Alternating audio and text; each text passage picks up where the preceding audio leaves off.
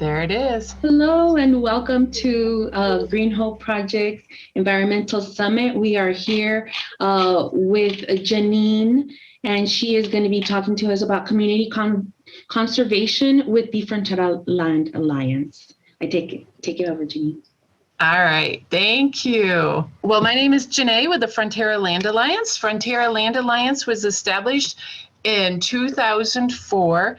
Actually, for the original purpose was to preserve Castner Range, which is still in the works. It's been a long effort even before Frontera was formed.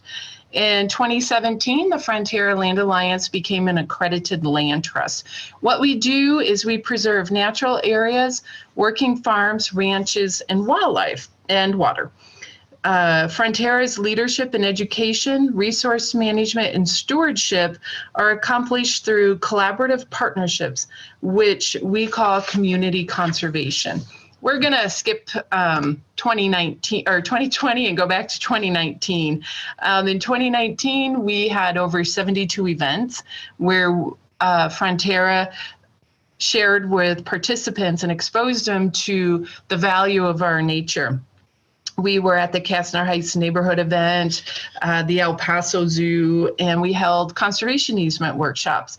All were great ways to educate people about our region. Frontera works to share with our community the values of the desert, how spectacular they are, and how fragile they are. We connected with over 8,700 children, teens, and adults through guided hikes, bird tours, school career days, which are so much fun. They are allowed, and the classes that come through are filled with energy. The kids love our insect collection. So we'll find dead insects outside and we'll bring them and have them in little containers. What's really cool about it is they're not kept in a glass hard covered container, but the kids are allowed to touch them and look at them. We put them under a microscope that then is presented on a laptop, so they get a close-up look. It's a lot of fun watching them be exposed to it. That's something they've never seen before. We offer, there they are looking at the insects and the furs. We offer bilingual hikes, and what's fun about them that we learned is that people like to go on the hikes because people can learn the Spanish names for native plants and animals. And it was surprising to us. That drew a lot of attention. We've had lots of different types of volunteer opportunities over the year. In 2019, we had over 600 hours of time donated to Frontera. We've gone from graffiti removal to burrowing owl home at Wrestler Canyon. We've had trash cleanups. We've had a lot of trash cleanups at Wrestler Canyon. Trail building, trail removal, again at Wrestler Canyon. And we partner with a farm called Growing with Sarah, where their produce is donated to the El Paso Fighting for Hunger Food Bank. None of this could happen without community conservation, with our partners, with the collaboration that we have with all these other people that give their time to lead hikes or to provide expertise, to partner with us, to share our events with others, as well as our funders and donors. They make a big impact for Frontera.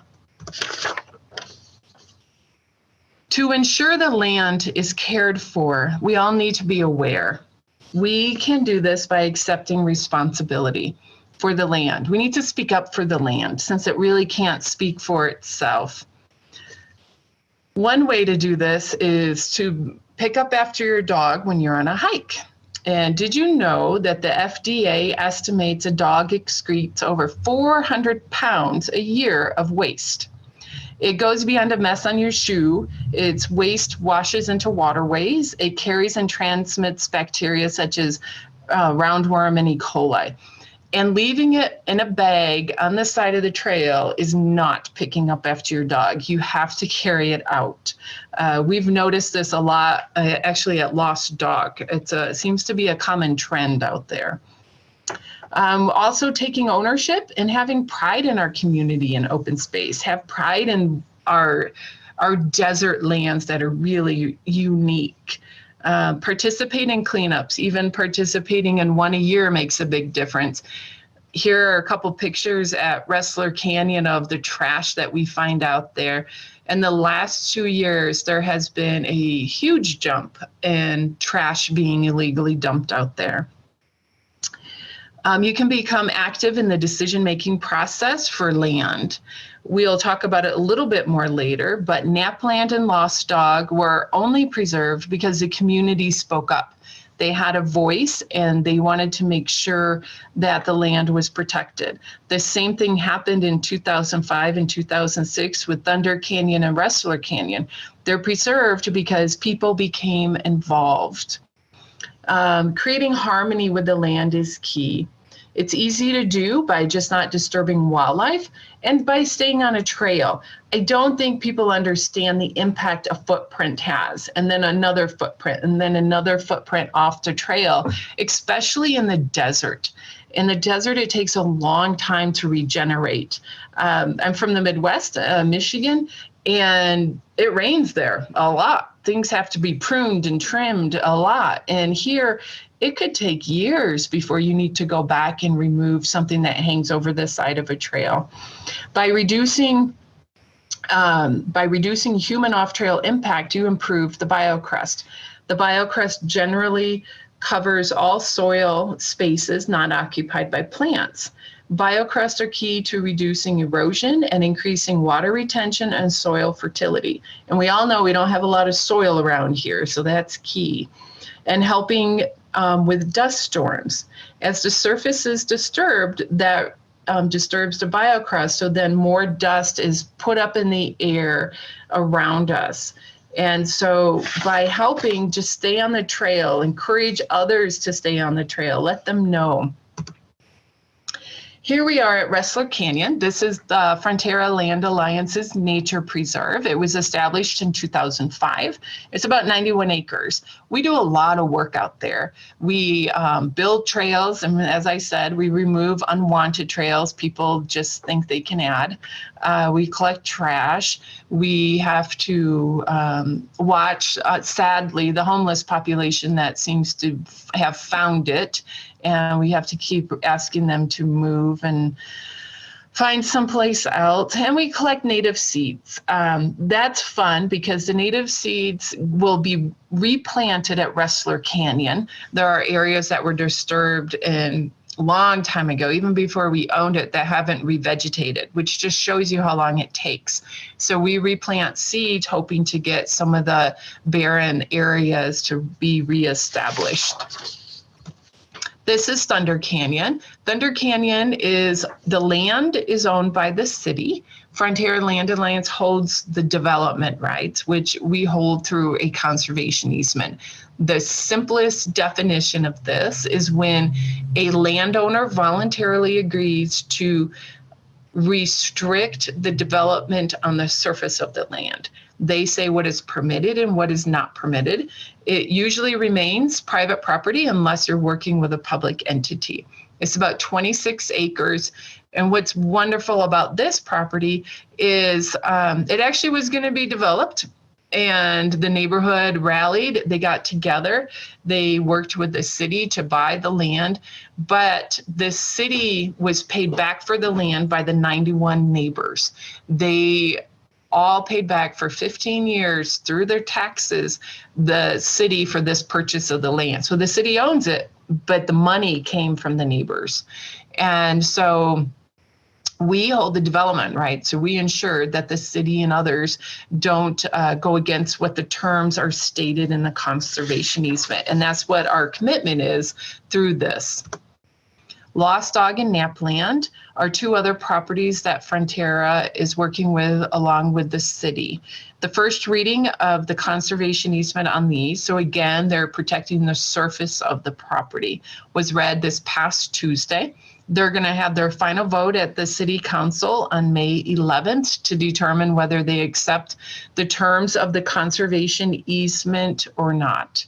So for both properties, after the conservation easements are on them, assuming that it will be approved through a vote, the public will be able to continue recreation, wildlife habitat will be protected. You'll have gorgeous scenic views and water recharge. the lands will be managed by the city or by water utilities. Lost Dog will manage all be managed by water utilities. NAP is split between the Parks Department and water utilities, depending where it's at. The top pictures are Lost Dog. That's over by the new hospital off of Trans Mountain and I-10. It's up back behind that some, and on the north side of Trans Mountain Road. Nap Land is actually on the east side, and it's adjacent. It's right next to Hondo Pass and adjacent to Castner Range. So we're going to move on to Castner Range and just talk about that for about 5 minutes. And most of you may recognize Castner Range because of the poppies. It's on the east side of the mountain. It surrounds the Archaeology Museum and is cut in half by the Trans Mountain Road. It is over 7,000 acres of land. It has diverse wildlife, plant life, alluvial fans, and cultural and historical features that all need to be preserved. The community has worked since the 70s to preserve Castner Range. Each effort, we get closer and closer, but we get asked a lot, why do you need to do this? Isn't it protected? It's owned by Fort Bliss and the Department of Defense. So take a look at this. This was proposed in 1972. They wanted to build a golf course and a zoological park and have public complexes and hotels, all on Castner Range, all where the poppies are today, where you see wildlife and the views that are open. And then in 2005, another proposal was brought forward. So these are just two of many, many proposals that are out there that are being presented to Fort Bliss on a regular basis for development. This is an example of what can happen. This is on the east side of 54. You're looking up at the mountains and it's developed, it's gone. So here we are, and this shows in 2006, another development that came in, Border Patrol on Castner Range down at the corner of the 54 area and Hondo Pass, and the white line is Trans Mountain Road. So we know we have to keep working to protect Castner Range, and there's lots of reasons to do this. And so today we're asking once again to have the current president, President Biden, make Castner Range a national monument. Here's a list of all the wonderful things that you can see or know about Castner Range. Last week on Earth Day, Representative Escobar introduced the bill to make Castner Range a national monument. Once again, we are working through social media. We're doing outreach at events. We're getting all the letters we can to be signed to let the folks know that the community is still united. We still want this land protected. We're not taking any chances that it can become developed. So you're welcome to share your voice by signing on the letter of support at castnerrangenationalmonument.org. And if you want to get more involved in that, there's lots of opportunities for it. Something as simple as us handing off some hard copy letters and you collect signatures from your neighbors, your families, or at work is a great way to do that. We are about out of time. And I just wanted to share with you that if you wanted to join in on any of our guided hikes or stay current on Frontera's events, you can go to our Facebook page. We have an Instagram page. You may email or phone Mari Flores, our education program manager, and my contact information is on there as well. Okay, does anybody have any questions about Frontera and who we are? And Judy was great and added the link for e-signing and our Facebook page. So if you want to check any of that out, you're more than welcome to, and let us know if you have any questions. Hi, yes. I have a question, Janae.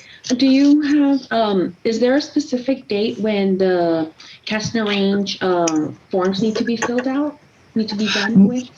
No, we just keep doing it until it's actually preserved. So hopefully, it could be July, or it could be, hopefully this year. So we're just going to keep working. So what we've learned is that the more attention that we bring to the effort to show those that are making the decisions in DC how valuable this land is, the more responses we get, the more they're aware of what's happening and they look at El Paso. We all know El Paso's kind of off in the corner and doesn't necessarily always get good press. We've had some difficult times here recently in the last few years. And so, yeah, it could hopefully. Do you think it would become a monument? Is that what I do eventually, yes.